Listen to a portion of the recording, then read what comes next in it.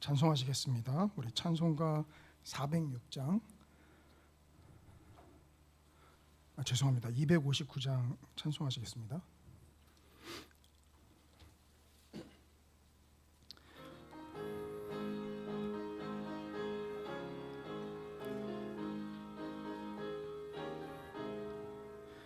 예수 십자가에 흘린 피로써 그대는 씻기어 있는가? 더러운 죄 희게 하는 능력을 그대는 참 의지하는가? 예수의 보혈로 그대는 씻기어 있는가? 마음속에 여러 가지 죄악이 깨끗이 씻기어 있는가? 주 예수와 밤낮으로 늘 함께 그대는 행동을 하는가? 아무 때나 어디서나 그대는 십자가 붙들고 있는가? 예수의 보혈로 그대는 씻기어 있는가? 마음속에 여러 가지 죄악이 깨끗이 씻기어 있는가? 주님 예수 다시 올 때 그대는 영접할 예복이 있는가? 그대 몸은 거룩한 곳 천국에 들어갈 준비가 됐는가? 예수의 보혈로 그대는 씻기어 있는가? 마음속에 여러 가지 죄악이 깨끗이 씻기어 있는가? 모든 죄에 더러워진 예복을 주 앞에 지금 다 벗어서 샘물같이 솟아나는 보혈로 눈보다 너희게 씻으라. 예수의 보혈로 그대는 씻기어 있는가? 마음속에 여러 가지 죄악이 깨끗이 씻기어 있는가? 아멘.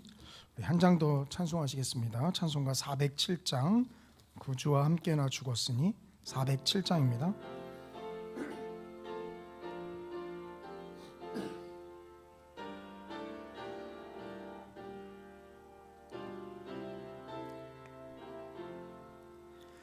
구주와 함께 나 죽었으니 구주와 함께 나 살았도다. 영광의 그날에 이르도록 언제나 주만 바라봅니다. 언제나 주는 날 사랑하사 언제나 새 생명 주시나니 영광의 그날에 이르도록 언제나 주만 바라봅니다.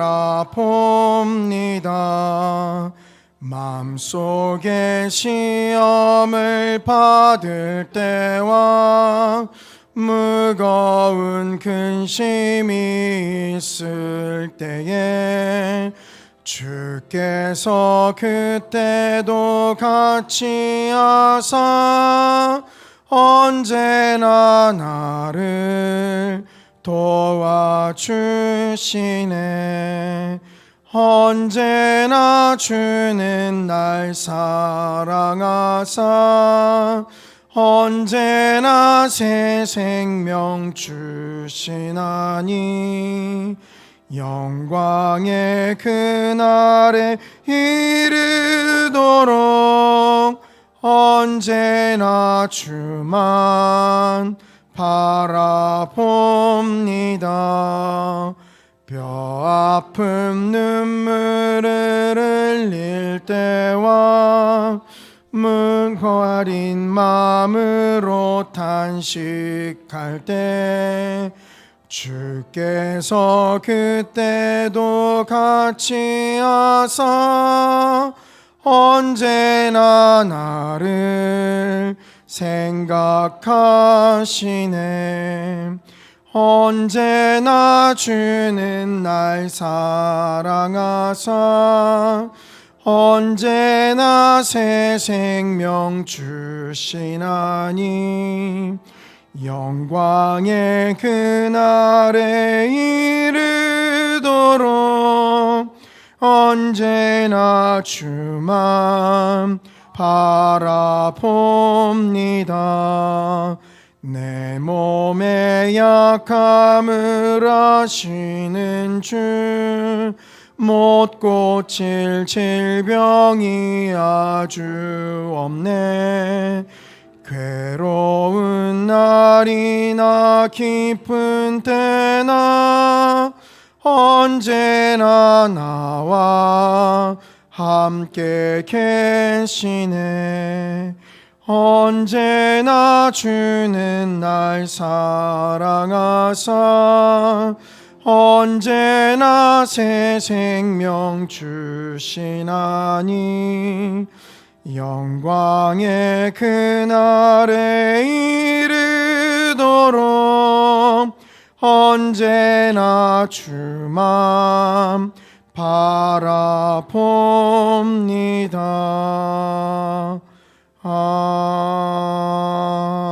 아멘.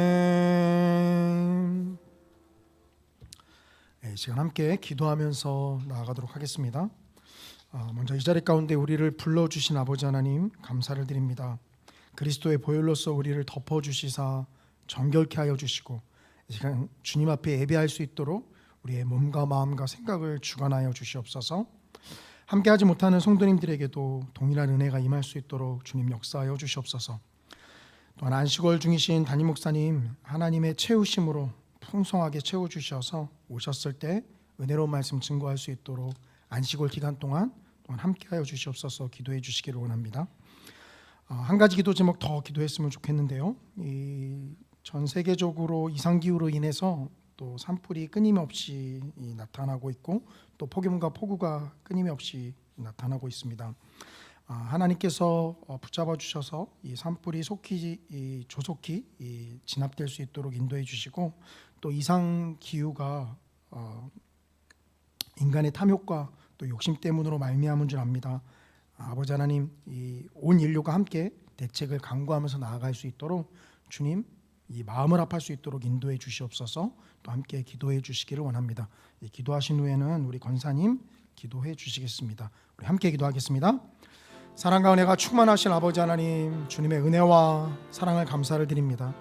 먼저 이 시간 많은 비가 내리는데도 불구하고 우리를 주님의 전으로 인도하여 주심을 감사를 드립니다. 이 시간 주님 부르셨사오니 오늘도 우리에게 말씀하여 주시옵소서. 아버지 하나님께서 부르시고 이 자리 가운데도 우리를 인도하여 주셨사오니 주님 생명의 말씀 우리에게 허락하여 주시옵소서. 아버지 하나님, 그리스도의 보혈로서 우리를 덮어주셔서 주님 앞에 온전치 못한 우리의 모습들 이 시간 회개하면서 나아가기를 원합니다. 아버지 하나님, 우리의 몸과 마음이 아버지 하나님 앞에 예배드릴 수 있도록 정결하게 되기를 원합니다. 그리스도의 보혈로서 우리를 정결케 하여 주셔서 이 시간 오직 살아계신 아버지 하나님께만 집중하는 시간 될 수 있도록 이끌어 주시옵소서.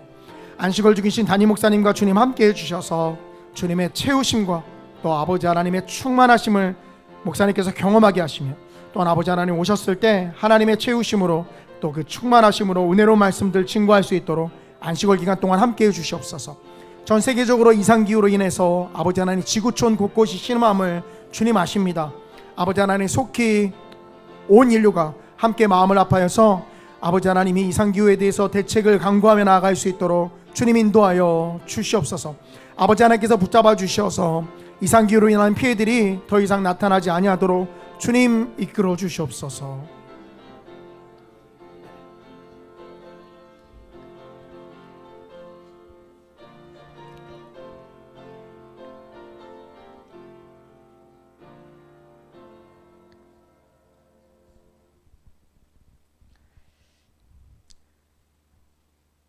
세상은 더 이상 안전하지 않고 불확실한 미래이지만 저희들 어떠한 상황 가운데에도 우리를 사랑하시며 늘 함께 하시는 아버지 참 감사합니다. 아멘. 아버지, 오늘도 저희들은 입술은 아버지께 있으나 저희의 마음은 세상 가운데에서 갈등하고 있음을 고백합니다.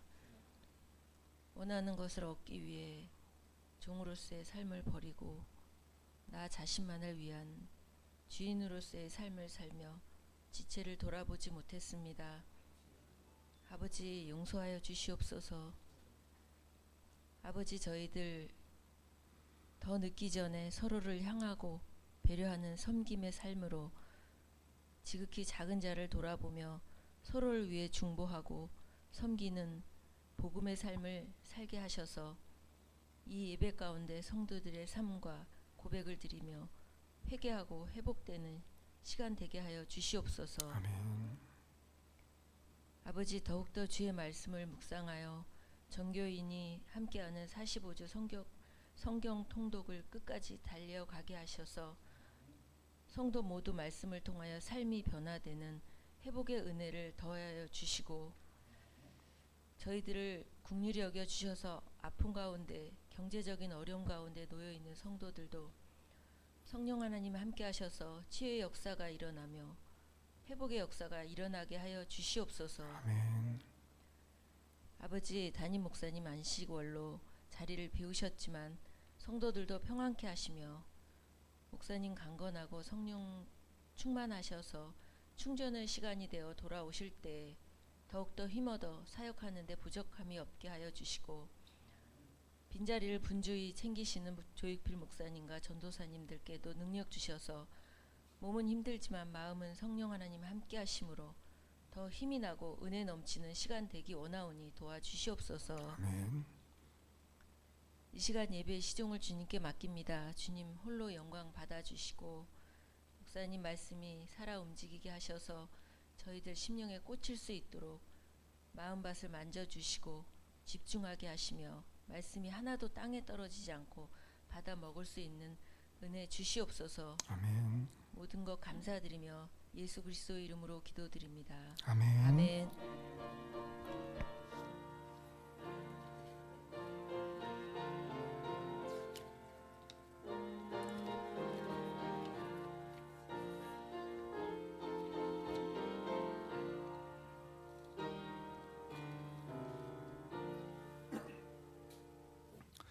이 시간 우리에게 주시는 하나님 말씀은 에스겔 47장 1절에서 12절까지 말씀입니다. 제가 가진 성경으로는 구약 성경 1227쪽에 있습니다.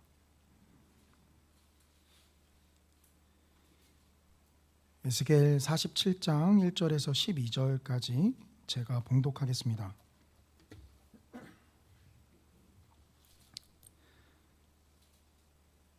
그가 나를 데리고 성전문에 이르시니 성전의 앞면이 동쪽을 향하였는데 그 문지방 밑에서 물이 나와 동쪽으로 흐르다가 성전 오른쪽 제단 남쪽으로 흘러내리더라. 그가 또 나를 데리고 북문으로 나가서 바깥길로 꺾여 동쪽을 향한 바깥문에 이르시기로 본즉 물이 그 오른쪽에서 스며 나오더라. 그 사람이 손에 줄을 잡고 동쪽으로 나아가며 천척을 측량한 후에 내게 그 물을 건너게 하시니 물이 발목에 오르더니 다시 천척을 측량하고 내게 물을 건너게 하시니 물이 무릎에 오르고 다시 천척을 측량하고 내게 물을 건너게 하시니 물이 허리에 오르고 다시 천척을 측량하시니 물이 내가 건너지 못할 강이 된지라. 그 물이 가득하여 헤엄칠 만한 물이요 사람이 능히 건너지 못할 강이더라. 그가 내게 이르시되 인자야 내가 이것을 보았느냐 하시고 나를 인도하여 강가로 돌아가게 하시기로 내가 돌아가니 강 좌우편에 나무가 심이 많더라. 그가 내게 이르시되 이 물이 동쪽으로 향하여 흘러 아라바로 내려가서 바다에 이르리니 이 흘러내리는 물로 그 바다의 물이 되살아나리라. 이 강물이 흐르는 곳마다 번성하는 모든 생물이 살고 또 고기가 심이 많으리니 이 물이 흘러 들어감으로 바닷물이 되살아나겠고 이 강이 흐르는 각처에 모든 것이 살 것이며 또 이 강가에 어부가 설 것이니 엔게디에서부터 에네글라임까지 그물 치는 곳이 될 것이라. 그 고기가 각기 종류를 따라 큰 바다의 고기같이 심이 많으려니와 그 진펄과 개펄은 되살아나지 못하고 속임 땅이 될 것이며 광 좌우가에는 각종 먹을 가실나무가 자라서 그 잎이 시들지 아니하며 열매가 끊이지 아니하고 달마다 새 열매를 맺으리니 그 물이 성소를 통하여 나옴이라. 그 열매는 먹을 만하고 그 잎사귀는 약 재료가 되리라. 아멘. 예, 오늘은 이 에스겔 두 번째 시간을 좀 가지려고 합니다.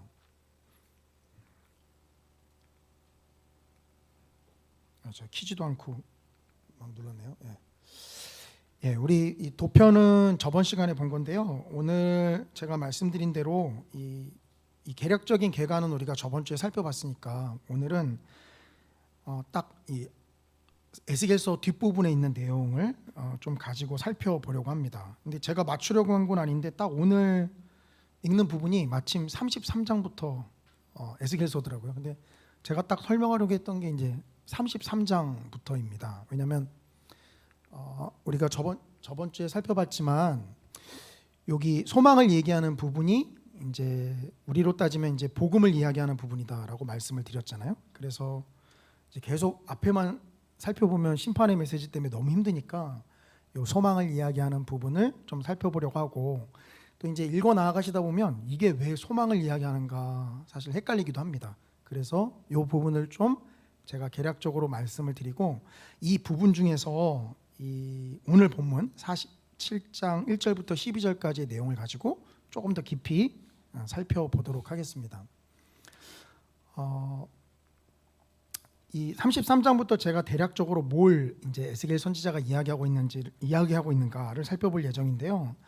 이 시작하기에 앞서서 우리가 그동안은 이 성경을 읽을 때 좀 나무에 집중하는 경향이 있었어요. 그러니까 나무 한 그루 한 그루가 어떻게 생겼는가. 그래서 좀 보기에 좋은 나무는 뽑아다가 우리 가슴속에 심기도 했죠. 그런데 그게 이제 한 구절 한 구절 심기 때문에 글의 내용이 잘 연결되지 않는 부분이 있습니다. 그런데 성경을 읽을 때는 나무를 보는 방법이 있고 또 뭐가 보는 방법이 있죠?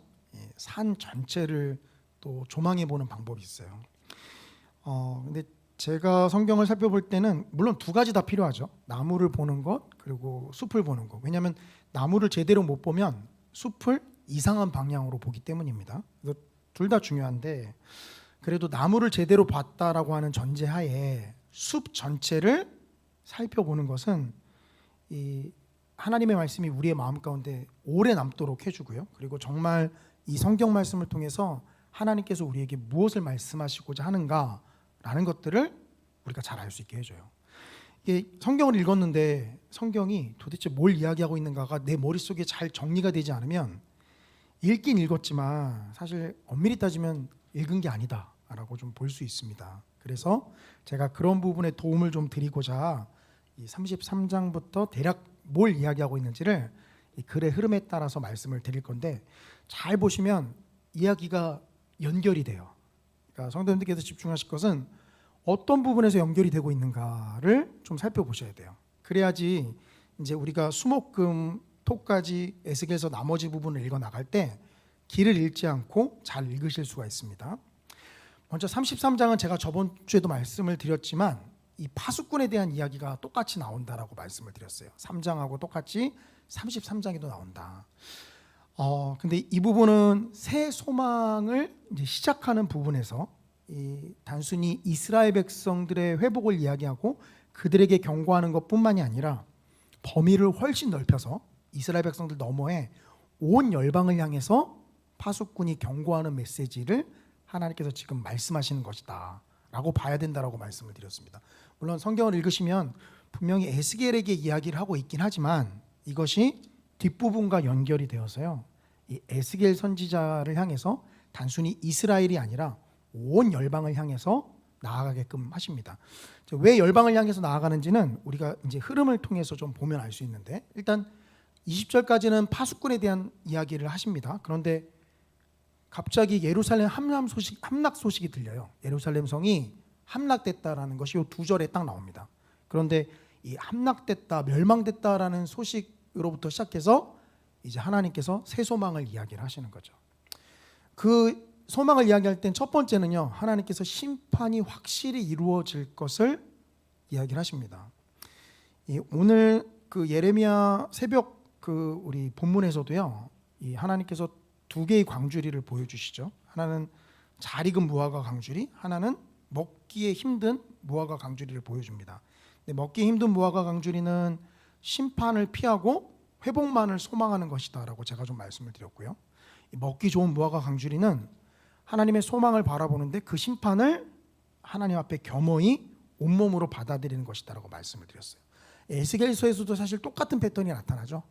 소망을 이야기할 때는 하나님께서 항상 심판이 먼저 확실히 이루어질 것을 이야기를 하십니다.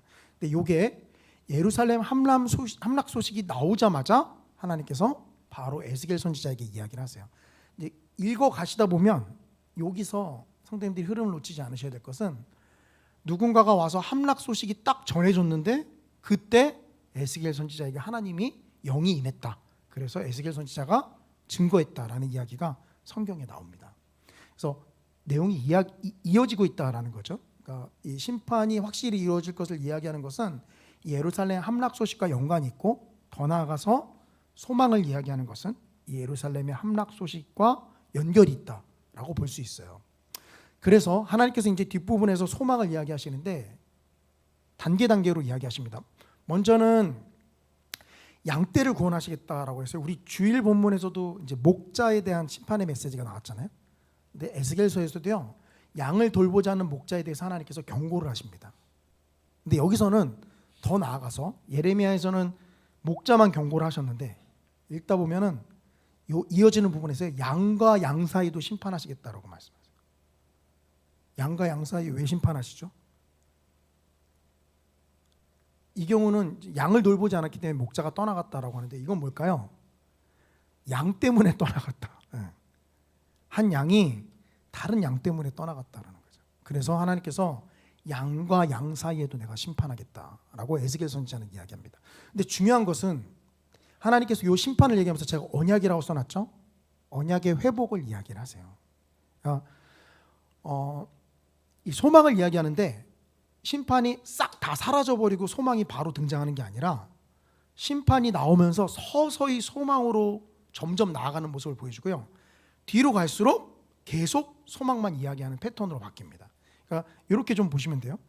심판은 이제 빨간 물이 들어와 있는데 소망이라는 파란 물이 막 들어오기 시작합니다. 근데 들어오면서 빨간 물과 섞이겠죠. 그 섞이는 모습이다라고 생각을 하시면 되세요. 심판을 이야기하고 경고를 이야기하지만 그게 끝이 아니라 결국 뭘 말씀하시려고 하냐면 내가 양떼를 구원할 것이다. 근데 결국 이게 핵심이다라는 거죠. 그러니까 계속 심판을 말하시는 것 같은데 하나님께서 양떼를 구원하시겠다라고 이야기를 하고 있고요. 이 35장부터 36절은 여호와 하나님께서 땅을 회복하시겠다라고 이야기하세요. 그러니까 앞에서는 일단 패턴이 나왔죠. 양떼를 회복하겠다, 구원하겠다라고 하고는 여기서는 땅을 회복시키겠다라고 말씀을 하세요. 요건 이제 제가 예레미야 할 때 이제 새벽에서도 제가 강조하고 말씀드린 건데 이스라엘 백성들이 죄를 범하면요 성경은요 항상 하나님이 땅도 심판하세요. 이 패턴이 항상 반복됩니다. 이스라엘 백성들이 음행을 저지르면 하나님이 뭐라고 말씀하냐면 땅이 음행했다라고 나오세요. 선지서를 자세히 보시면 땅에 대해서 그렇게 이야기를 하십니다. 그렇기 때문에 땅이 함께 심판을 받죠. 이스라엘 백성들은 바벨론의 포로로 끌려갔지만 땅은 어떻게 심판을 받았죠? 그 땅에 전쟁의 화살이 날아들고 피가 흘려지고 사람의 생명이 뺏기는, 그리고 사람이 그렇게 되고 성이 함락되면 거기에 같이 살고 있는 동물과 식물들은 어떻게 되죠? 같이 피해를 보죠. 그러니까 그런 모습으로 땅의 심판이 나타납니다. 그런데 하나님께서 그 땅을 회복시키겠다라고 하세요. 그러니까 이런 것만 보더라도요 우리가 구원을 나 자신의 구원으로만 생각하면 너무 관점을 좁게 보시는 거예요. 그리고 성경적이지도 않습니다. 그러니까 나 한 사람 고백해서 구원받는다, 요것만 딱 생각하시면요 너무 좁게 보시는 거예요. 하나님께서는 땅의 회복을 말씀하십니다. 그래서 이걸 말씀하실 때 먼저 이 에돔이라는, 사실 이제 세일산과 에돔이라고 제가 표현했지만 이 세일산은 에돔에 있는 산이에요. 그러니까 에돔을 이야기하는 건데 이 에돔이 뭘 했냐면 이스라엘 백성들의 황폐한 땅을 보고서 비웃었어요. 그러니까 하나님께서 내가 에돔 땅을 심판하겠다. 근데 땅을 회복하겠다라고 말씀하시니까 여기서 에돔 족속을 심판하겠다라고 하시기보다는 뭐라고 표현하시냐면 세일산을 심판하겠다. 조금 이해를 도우면 제주도라고도 표현하지만 시적으로 표현하면 우리 뭐라고 표현할 수 있어요? 너 망망대해에 떠 있는 한라산아, 이렇게 표현할 수 있잖아요. 별로 시적이지 않나요? 너무 감성이 메말라 계신 것 같은데 그렇게도 표현할 수 있잖아요. 그러니까 그럴 때면 한라산을 이야기하는 게 아니라 제주도 전체를 이야기하는구나. 마찬가지입니다. 에돔 땅의 대표적인 산이 세일산이기 때문에 너 세일산아, 내가 너를 심판할 것이다. 이거는 에돔을 심판하겠다는 얘기예요. 근데 다만 땅을 회복하는 걸 말씀하시니까 똑같이 지금 뭐라고 하시는 거예요? 너 땅을 심판하겠다라고 말씀을 하시는 거죠.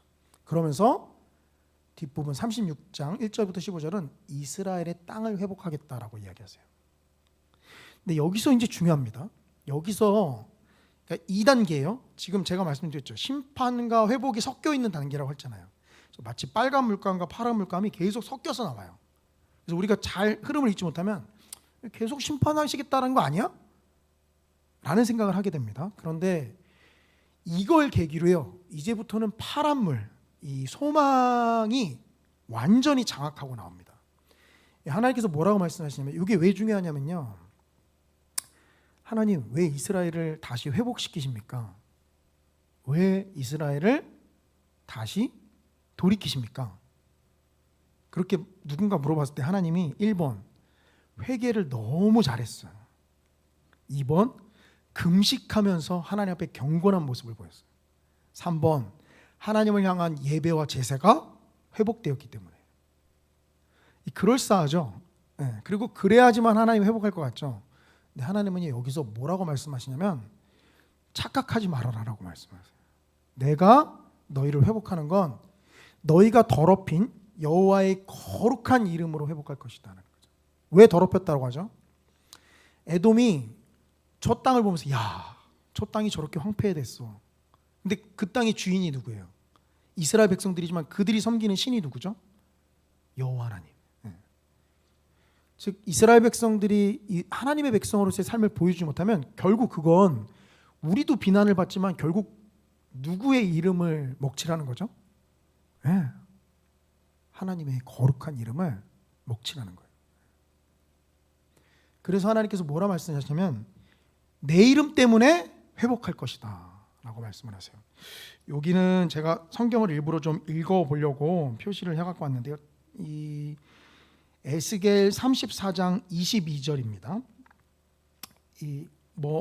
찾기 힘드시면 들으셔도 되세요. 에스겔 36장 22절이에요. 에스겔 36장 22절에 이렇게 이야기하십니다.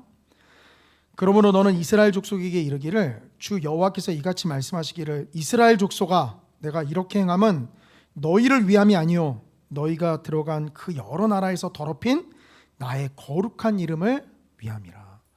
회복을 하겠다라고 말씀하시는데 회복하겠다는 이유가 내 거룩한 이름 때문이다. 근데 이게 한 번만 나오는 게 아니고요, 뒤로 가면 32절에 한 번 더 말씀하세요. 32절에 주 여호와의 말씀이니라. 내가 이렇게 행함은 너희를 위함이 아닌 줄을 너희가 알리라.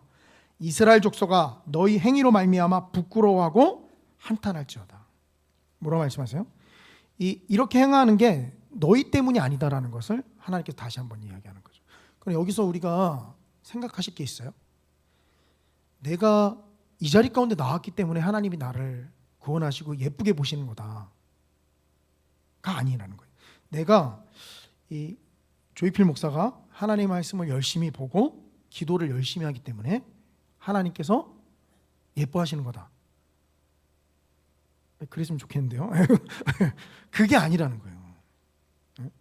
그게 아니라 하나님이 왜 나도 모르겠어요. 왜 저를 그렇게 하나님께서 지지하시는지 저도 모르겠어요. 근데 결국 하나님께서 그 이유를 한 가지 성경에서 말하는 걸 이야기하라 그러면 결국 여호와 하나님의 거룩한 이름을 위해서. 그러니 우리가 드릴 수 있는 가장 막강한 기도는 뭘까요? 뭔가를 하나님께 이 기도 응답을 받고 싶어요. 그럴 때 막강한 기도는 뭘까요?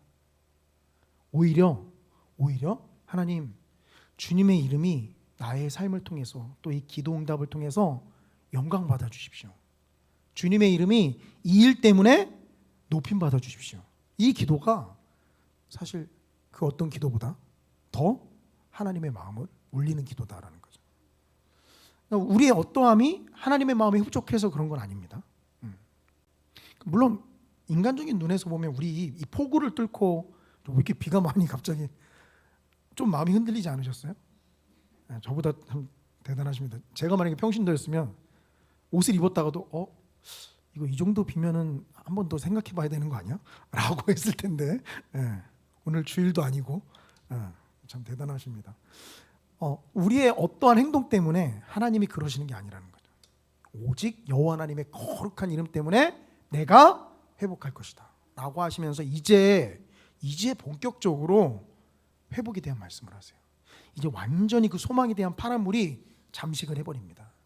자, 이어지는 37장은요 아마 장수만 들어도 성도님들 이건 워낙 유명한 본문이고 많이 설교를 들으셨기 때문에 아마 기억하실 거예요. 마른 뼈가 살아나는 환상. 우리가 에스겔서가 뭔 얘기를 했는지 잘 모르더라도 그 마른 뼈 살아난 그 환상 에스겔서에 있지 않아? 라는 건 우리가 기억을 하죠. 이 바로 마른 뼈가 살아나는 환상입니다. 이건 한마디로 뭐냐면 자 이제 하나님께서 내 이름을 위해서 구원하겠다라고 말씀하셨죠. 그러고 나서 이제 백성을 회복하겠다. 저 마른 뼈처럼 저 말라 비틀어버린 내 백성을 내가 회복시키겠다. 백성에 대한 회복이 나오는 거죠. 그래서 마른 뼈에 대한 환상을 보여주고 이걸 뭐라고 말씀하시는 거예요? 그 뒤쪽에 두 개의 막대기를 하나로 합하는 거 또 이야기하시죠. 그러면서 유다와 이스라엘을 회복하겠다라고 말씀을 하세요. 이어지는 38장 39장은 이게 우리가 이 곡에 대한 이야기인데요. 곡, 이 마곡에 사는 곡. 그래서 마곡하면 우리 자꾸 이제 마곡지구에 가까운 마곡지구를 떠올리는데 이 마곡이라는 곳에 이제 곡이라는 왕입니다. 근데 이 곡은요 요한계시록에도 나와요. 그래서 이걸 보면 그냥 일단 우리가 무조건 막 이 마지막 때의 뭐 이런 하나님을 대적하는 세력 그것을 곡으로 표현했나라고 말씀하시는데 일단은요 에스겔서 안에서는 이게 곡이 뭐냐면 이 에스겔서 38장을 잘 읽어보시면 이제 그 땅에 와서 회복된 이스라엘이 있는 가운데 이 곡이라는 왕이 공격을 해옵니다. 근데 하나님께서 뭐라고 말씀하시냐면 내가 그 곡을 심판하겠다라고 말씀을 하세요. 이 하나님께서 결국 이야기하시는 거 뭐냐면 여호와께서 이 백성을 회복시키시고 그 이후에 보호하시겠다라는 것을 이 곡이라는 왕을 통해서 나타내고 계시다라는 겁니다. 그러니까 이게 딱 등장해서 글의 흐름을 우리가 일정하게 보지 못하도록 좀 깨트리는데 사실 잘 보시면 하나님께서 결국 회복시킨 그 백성을 한번 회복시키고 끝이 아니라 하나님께서 이 백성을 보호하시겠다라는 거죠. 이 38장 8절에요. 요 이제 배경이 되는 내용인데 요게 이제 읽으실 때 요걸 놓치면 안 돼요. 38장 8절에 앞에서는 이제 곡이라는 이제 왕에 대해서 이야기를 하는데 이 38장 8절에 뭐라 말씀하시냐면 여러 날 후 곧 말년에 네가 명령을 받고 그 땅 곧 오래 황폐하였던 이스라엘 산에 이르리니 그 땅 백성은 칼을 벗어나서 여러 나라에서 모여 들어오며 이방에서 나와 다 평안히 거주하는 중이라. 여기 딱 배경이 나오죠. 언제 쳐들어왔을 때가 언제라는 거예요? 이방 나라에서 다 와서 평안히 거주하는 중이다라는 거죠. 근데 그때 이 곡이라는 왕이 이 백성을 치는 이 순간에 하나님께서 구원해 주시겠다라고 이야기를 합니다. 그래서 이 39장까지 가면 이제 이 곡에 대한 이 이스라엘을 치는 이 곡에 대한 죄송합니다. 여기 제가 글이 있는데 이게 들어가진 않았네요. 이스라엘을 치는 곡에 대한 심판을 하나님께서 이야기를 하시죠. 이제 그러고 나서 이제 간단합니다. 보시면 뭐 성경을 읽으면 읽기 힘들게 막 성전을 재는 일이 막 나오죠. 몇 척 막 얘기하는데 뭐 너무 헷갈리실 필요 없어요. 성전이 새로운 성전이기 때문에 하나님께서 지금 재라라고 말씀하신 겁니다. 그게 지루하지만 40장 1절부터 43장 11절까지 계속돼요. 이 새 성전에 대한 이야기. 그러니까 하나님께서 이 이스라엘 백성들을 열방으로 흩으실 때 그들이 성전이 황폐하게 됐잖아요. 근데 하나님께 이 새 성전을 다시 일으키시고 그 새로운 성전을 하나님께서 재라라고 말씀하시죠. 물론 이건 이제 상징적인 의미로 나타나고 우리는 이렇게 생각해도 되죠. 이 하나님께서 일으킨 새 성전은 결국 누구예요? 예수님께서 뭐라 말씀하셨죠? 이 예루살렘 성전을 보고 이 성전을 헐라 3일 만에 내가 일으키리라 라고 말씀하셨죠. 그러니까 결국 이 새 성전은 예수님께서 다시 회복할 것을 이야기한다라고 보실 수 있습니다. 이 외울 게 아니라 성전을 회복하면 또 당연히 뭐가 따라오게 돼 있죠? 하나님께서 이 성전에 대한 이야기하는 게 이제 출애굽기 나오는데 출애굽기 25장부터 끝까지 나오는데요. 그 출애굽기 25장부터 나오기 전에 하나님께서 뭘 말씀하셨죠? 우리가 보통 이제 율법이라고 알고 있는 하나님의 백성답게 사는 방법을 말씀하셨죠. 마찬가지로 여기도 새 성전에 대한 법, 규례를 다시 말씀하십니다. 43장 12절부터 46장까지에 걸쳐서 아니 성전이 새 거면 거기에 맞춰서 하나님께서 새 성전의 법을 다시 말씀을 하시는 거예요. 그리고 이어지는 이제 오늘 제가 말씀을 드린 47장부터 48장까지는 결국 새 땅에 대한 이야기입니다. 하나님께서 회복시키실 새 땅에 대한 이야기. 그러니까 결국 아까 제가 말씀드렸죠. 여호와의 이름으로 회복하겠다 라고 말씀하신 요 36장 요 부분을 기점으로요. 어떤 패턴이 나오죠? 백성을 회복하고 그리고 백성을 보호하시고 그리고 새 성전과 새 성전의 법과 새 땅을 회복하신다. 근데 이 땅은요. 우리가 앞에서 사실 한 번 좀 봤어요. 어디서 봤죠? 여기 35장부터 36장에 여호와께서 땅을 회복시키신다라고 하는데 여기서는요. 의미가 마치 제가 비유한 대로 빨간 물과 파란 물이 섞여 들어오는 것처럼 이스라엘이라는 나라에 좀 국한되게 말씀을 하세요. 왜냐하면 그 이스라엘의 땅의 황폐함을 보고 에돔이 비웃었으니까. 그런데 뒷부분에서 땅을 회복한다라는 건요. 철저하게 이스라엘을 벗어나서 온 피조 세계로 나아갑니다. 그리고 이 회복한 땅을 또 마치 여호수아서의 땅을 정복하고 그 전리품을 나눴던 것처럼 땅을 나누어 주는 부분이 에스겔서 마지막에 또 기록이 되어 있어요. 그러니 이것이 하나님께서 새 소망을 이야기하는 부분이다라는 거죠. 그래서 요 이제 이 흐름을 보시고서 오늘부터 이제 토요일까지 읽어 나가실 때 하나님께서 지금 이렇게 이스라엘 백성들을 회복시키시는구나 하고 그 산의 흐름을 좀 성도님들께서 보시면서 읽어 나가셨으면 좋겠습니다. 그래서 저는 이제 새 땅을 하나님께서 회복시킨다고 하는데 오늘 읽었던 본문이 있죠. 47장 1절부터 12절. 요걸 가지고 조금 더 우리가 본문을 깊이 있게 좀 들여다보기를 원하는데요. 이제 제가 성경을 읽을 때 묵상하는 방법 중에 하나는요. 질문을 던지는 거예요. 물론 개인에게 던지죠. 근데 그 질문을 던지고 그 답이 성경에서 뭐라고 이야기하고 있나를 보는 거예요. 물론 질문을 던지실 때는 그 본문에 좀 해당되는 거를 말씀을 하셔야죠. 이걸 읽고서 예수님이 무엇을 행했는가를 이제 너무 뜬금없이 질문한다거나 이걸 보시고서 아담과 하와의 타락은 어디서부터 시작됐는가 이런 이제 질문을 하시면 조금 문맥에 벗어나겠죠. 성경을 한번 읽으시고 다시 한번 질문을 하고 보시는 거예요. 왜냐하면 그렇게 보지 않으면 우리가 이 글의 흐름을 놓치기 때문입니다. 그래서 첫 번째 질문은 이거예요. 제가 세 가지 질문을 좀 준비를 했는데 우리가 살펴보셨지만 이 질문을 가지고서 한번 좀 본문 47장 1절부터 12절을 좀 다시 보셨으면 좋겠어요. 일단 물이 어디에서 흘러나오는가를 살펴보셨으면 좋겠습니다. 그러니까 물이 흘러서 내용은 이거잖아요. 물이 흘러서 그 물이 점점 넓어지고 깊어져서 결국 온 나무가 또 그 물이 흐르는 온 지역이 바다가 또 그 안에 있는 생물들이 살아나는 것. 이게 지금 이야기하는 거잖아요. 본문에서. 첫 번째 우리가 주목해 볼 것은 물이 과연 어디서 흘러나오는가를 잘 보셔야 돼요. 이 47장 1절과 2절은요. 뭐라고 이야기했냐면 제가 빨간색으로 좀 표시한 걸 좀 주목해 보세요. 이제 길게 얘기하는데 결국 그가 나를 데리고 성전문에 이르시니 성전의 앞면이 동쪽을 향하였는데 이 성전의 문은요. 동문, 북문, 서문, 남문 이렇게 있습니다. 그런데 동쪽을 향하였다 하니까 당연히 무슨 문일까요? 네, 동문이에요, 동문. 네. 동문인데 물이 그 문지방 밑에서 물이 나와 동쪽으로 흐르다가 성전 오른쪽 제단 남쪽으로 흘러내리더라. 그러니까 머릿속에 한번 그려보세요. 동쪽이 여기 있으면 이 남쪽 아래로 흘러내리고 있구나. 그냥 이렇게 생각을 하시면 되세요.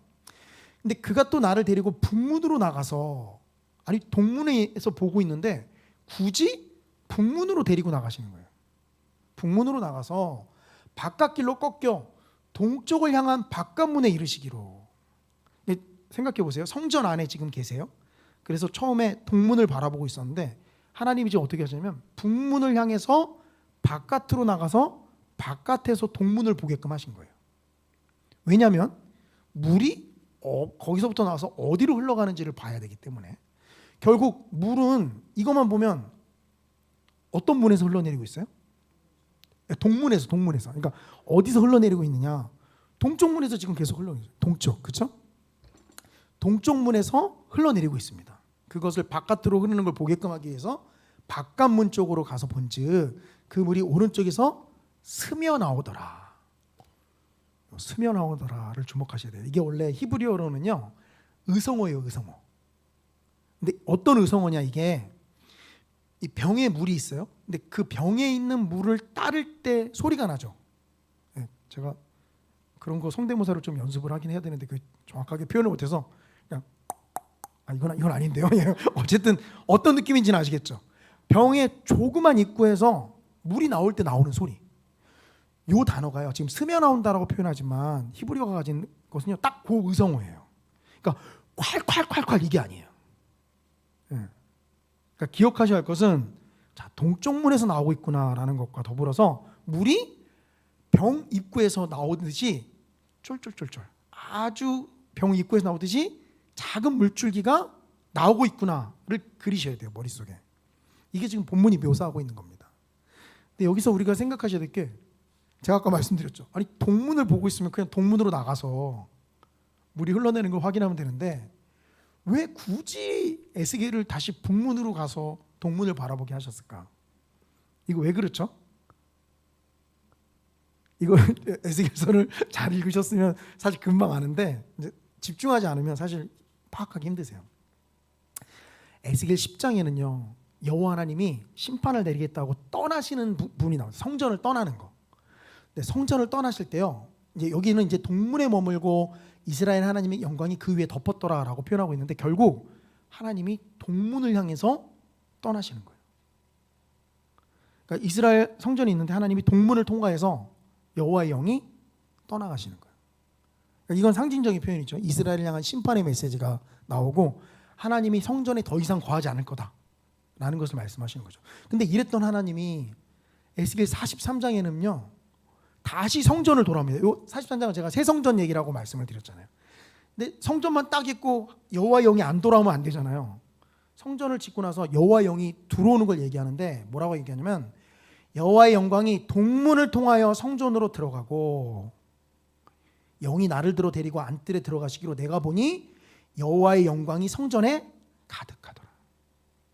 새 성전 새거, 우린 사실 새거 좋아하죠. 근데 그리스도인들에게 있어서 진짜 새 거는 뭐죠? 새 건물이 아니에요. 이게 새 건물이고 헌 건물인 건 상관없어요. 뭐죠? 하나님의 영이 그 안에 함께 거하시느냐. 그럼 새 거예요. 근데 아무리 새 거여도 하나님의 영이 그 안에 거하지 않는다? 그럼 빛 좋은 게살구입니다. 안고 없는 찐빵.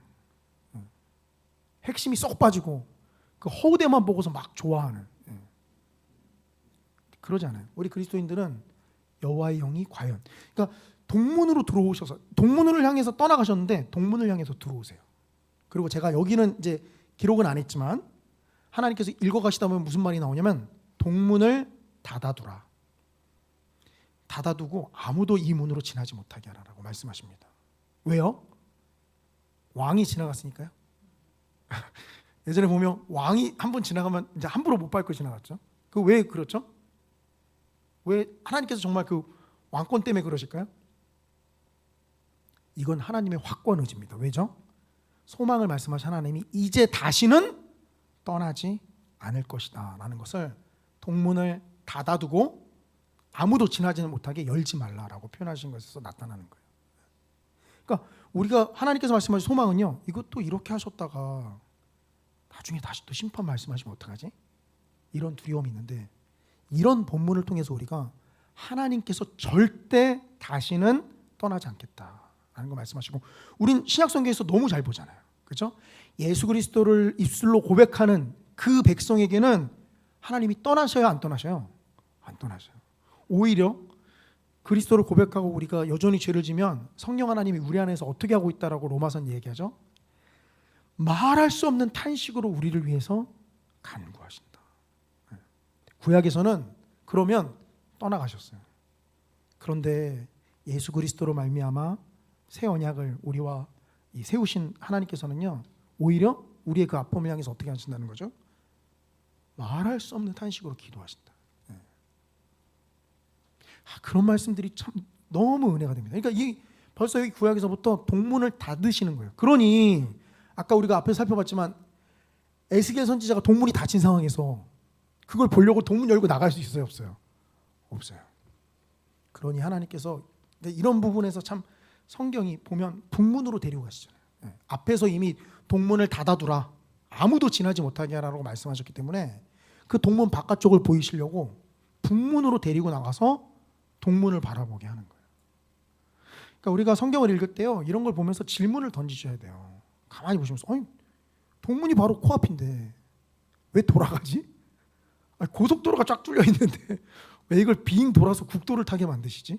이런 질문을 딱 하셔야 돼요. 그러면 그 질문을 가지고 성경 앞에 부분을 이렇게 찾아보시면, 이래서 그랬구나 라는 게 나타납니다. 그러니까 이런 것들이 겹겹이 쌓이면서 성경이 더 풍성하게 해주고 우리가 받는 은혜를 더욱더 풍성하게 해주는 거예요.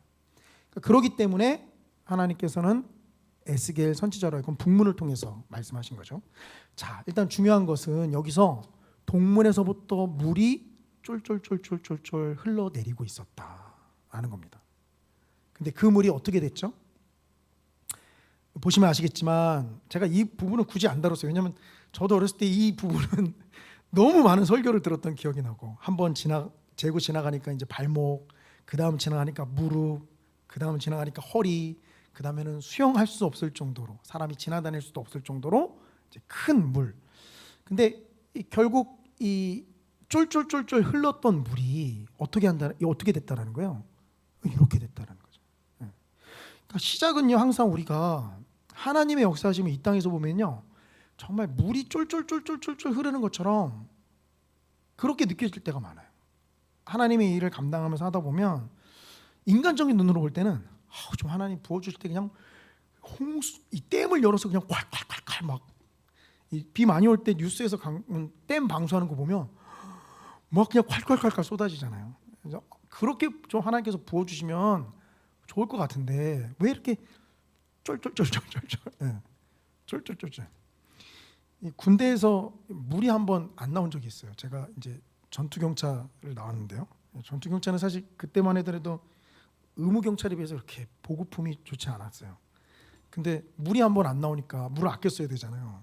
그래서 선임들은 당연히 그런 거 없이 그냥 다 막 다라이 받아놓으면 막 퍽퍽 쓰고 그러죠. 근데 쫄병들은 어떻게 해야 되냐면 머리 감을 때 요 1.6리터짜리 PT 있죠. 요걸로 머리를 감아요. 감을 수 있을까요, 없을까요? 감아줘요. 예. 감아줘요. 해보세요, 한번 가셔서. 쫄쫄쫄쫄쫄 하면요, 감아줘요. 예. 감겨요. 그래서 그거 하나, 이걸 어떻게 감어? 감고 남아요. 저는 감고 반이나 남아서 그걸로 목욕까지 했어요. 예. 그러니까 인간적인 눈으로 볼 때는 쫄쫄쫄쫄 흘렀어 이게. 근데 결국 어떻게 된다는 거죠? 이 쫄쫄쫄쫄 흘렀던 물이 정말 온 세상을 덮을 큰 강을 이루게 하신다라는 거죠. 그러니까 요걸 우리가 생각하면서 가셔야 됩니다. 그리고 두 번째, 그러니까 제가 이 시작되는 모습까지 이제 좀 말씀을 드린 건데, 이 시작되는 모습이 쫄쫄쫄쫄 1절 2절에서 그 오른쪽에서 스며 나오더라. 그러니까 쫄쫄쫄쫄 나오는 모습을 통해서 결국 큰 강이 이루게 됐다라고 이야기하는 거죠. 제가 얘기하다 보니까 지금 두 번째 것까지 같이 말씀을 드렸는데, 그러니 결국 이렇게 정리할 수 있어요. 성전에서 시작됐고 하나님께서 새롭게 지으신 성전 문지방으로부터 시작됐고 그 나오는 모습은 쫄쫄쫄쫄 흐르면서 나왔더라. 마치 인간적인 눈으로 볼 때는 야, 이 물로 도대체 머리나 감을 수나 있을까? 라는 생각을 가지게끔 만드는.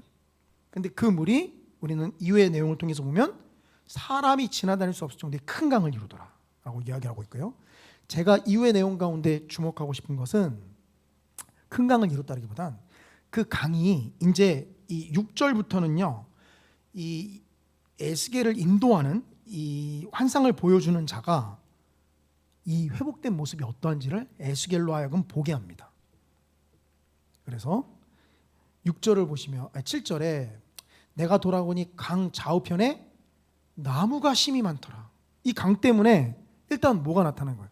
나무가 심이 많더라라고. 땅이 회복되는 이 표현 중에 하나죠. 근데 나무뿐만이 아니라 뭐라고 얘기하냐면 이어지는 8절에는요. 바다의 물이 되살아나리라. 되살아난다라는 것은 바다의 물이 어떻게 됐다라는 걸까요?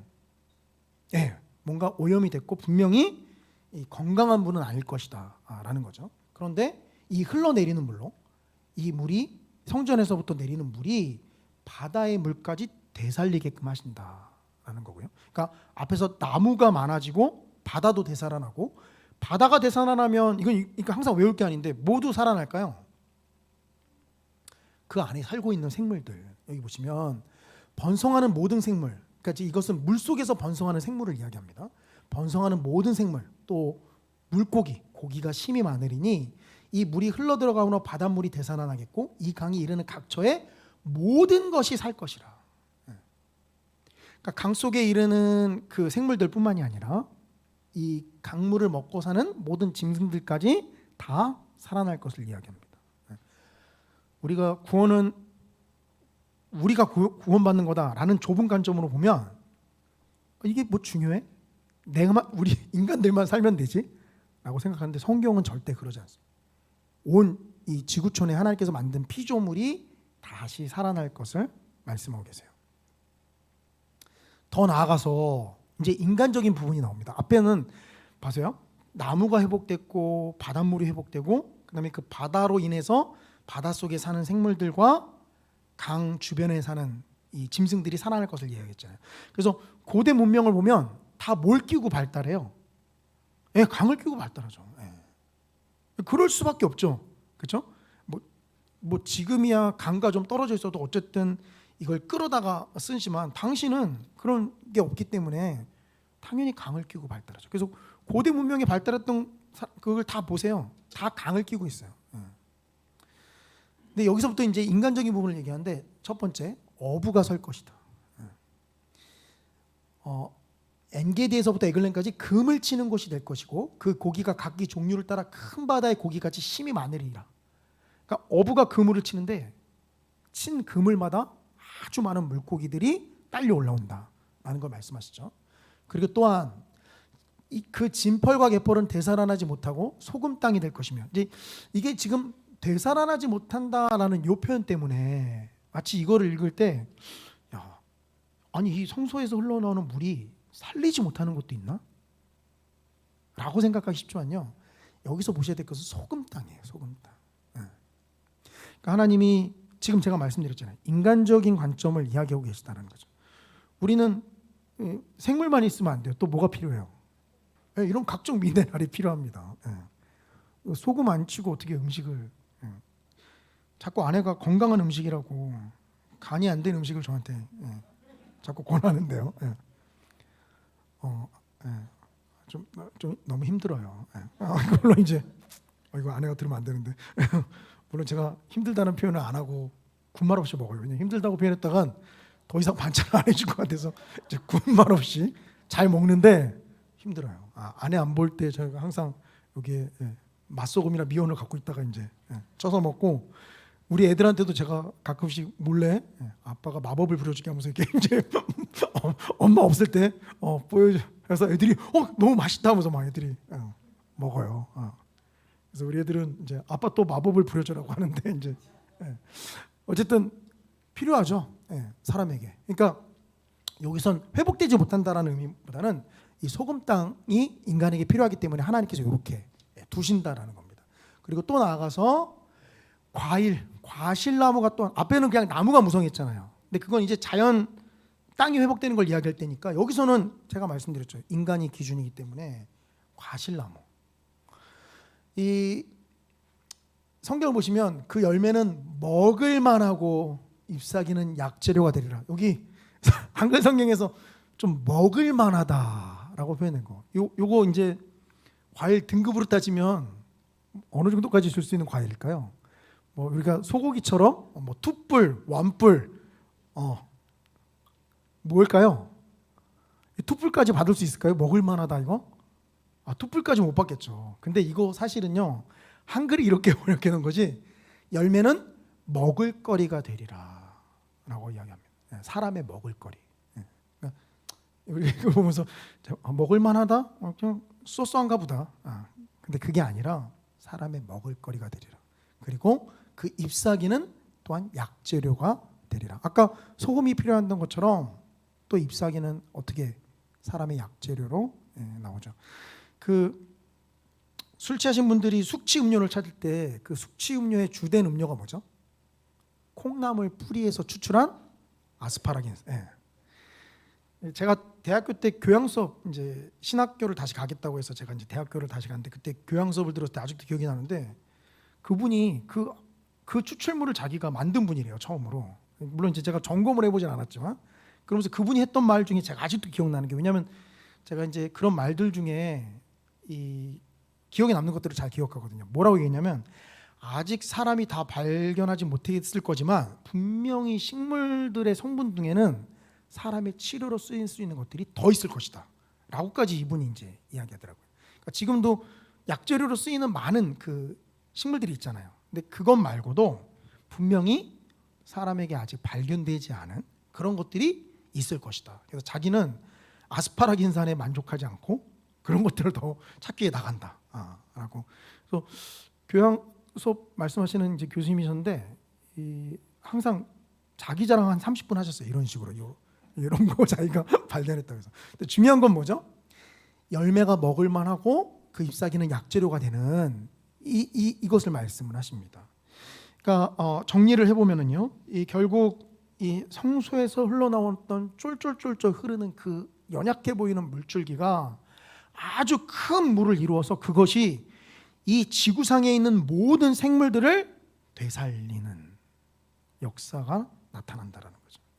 그러니 자요, 제가 말씀드리지만 구원을 그저 우리만 구원받고 땡라고만 생각하면 너무 좁은 의미에서 생각하는 거고요. 우리가 이제 기도하기 전에도 이제 지구 온난화로 인한 기후 문제를 놓고 기도했잖아요. 그러니까 우리 그리스도인들은요 이런 문제에 항상 관심을 가지고 좀 민감하게 기도하면서 생각할 필요가 있습니다. 왜냐하면 온 이 지구가 인간의 탐욕과 욕심으로 인해서 지금 끙끙 앓고 있는 거잖아요. 산업화에 몰두한 나머지 이 하나님께서 우리에게 맡겨주신 이 지구를 온전하게 관리하지 못하고 그저 산업화와 경제와 돈이 되는 거로만 연결을 생각을 해서 살림을 훼손하고 또 지구의 온난화로 이어지고 그런 결과가 지금 우리 살고 있는 이 시대에 계속 나타나고 있는 거죠. 그러니 그냥 정말로 치닫는구나 해서 우리가 그냥 두 손 놓고 있을 게 아니라 기도를 해야 되는 거죠. 빨리 온 그 여러 나라들이 이거에 대한 확실한 기준과 대비책을 간구하면서 나아갈 수 있도록 이미 이제 그런 회의들이 진행되고 있지만 사실 막 그 경제화를 이루고자 하는 나라들은 사실 별 관심이 없어요. 왜냐하면 써야 되잖아요. 그들은 탄소 배출 이런 거 상관없이 막 해서 빨리 해야 돼요. 근데 이미 선진국에 있는 이제 나라들이 이제 점차 이산화탄소 배출 제한 뭐 이런 거 제한들을 막 이제 규제를 이야기하죠. 그러기 때문에 우리의 구원은 그냥 단순히 우리 한 사람으로 볼 것이 아니라 온 지구, 온 열방이 이 하나님께서 회복시키는 것이다라는 것이고요. 그리고 또 하나 우리가 볼 것은 이 생명력입니다. 이 물로 인해서 결국 사람의 생명이 또 온 열방의 생명이 다시 되살아나는 것을 이야기하죠. 그리고 이것은요 우리의 참된 생명으로 오신 예수님을 너무도 분명히 연상시키죠. 그렇죠? 우리는 그 생명의 혜택을 누리면서 살아갑니다. 물론 누군가가 그 복음의 혜택을 누리지 못한 누군가가 그 죄악으로 인해서 이 여전히 세상에 안 좋은 파장을 미칠 때 우리도 또한 그 영향하에 놓여지겠죠. 그렇기 때문에 우리 그리스도인들은 계속해서 우리 하나님께서 이렇게 새롭게 하시는 것을 이 기도함과 동시에 온 열방과 또 온 지구와 또 여전히 복음을 알지 못하는 사람들을 향해서 나아갈 필요가 있는 거예요. 이렇게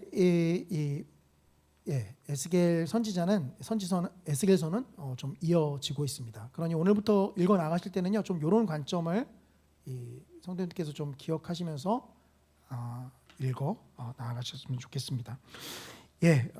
우리 제가 기도하겠습니다. 사랑과 은혜가 충만하신 아버지 하나님, 주님의 은혜와 사랑을 감사를 드립니다. 하나님의 거룩한 이름을 위해서, 하나님의 그 영광을 위해서 하나님의 백성들을 다시 살리시고 하나님께서 창조하신 이 모든 피조 생애를 하나님께서 온전케 하심을 우리가 말씀을 통해서 바라봅니다. 하나님의 뒤를 따라가는 저희가 그 생명의 강에 우리 자신을 푹 잠기고 나아갈 수 있도록 주님 인도하여 주시옵소서. 또한 우리만 누리고 끝나는 것이 아니라 여전히 이 생명의 물을 또 하나님께서 살리심을 모르고 있는 자들을 향해서 또 모르고 있는 세상을 향해서 우리가 나아갈 수 있도록 이끌어 주시옵소서. 감사하며 모든 말씀 우리 주 예수님의 이름으로 기도합니다. 아멘. 우리 찬송가 182장 함께 찬송하시겠습니다.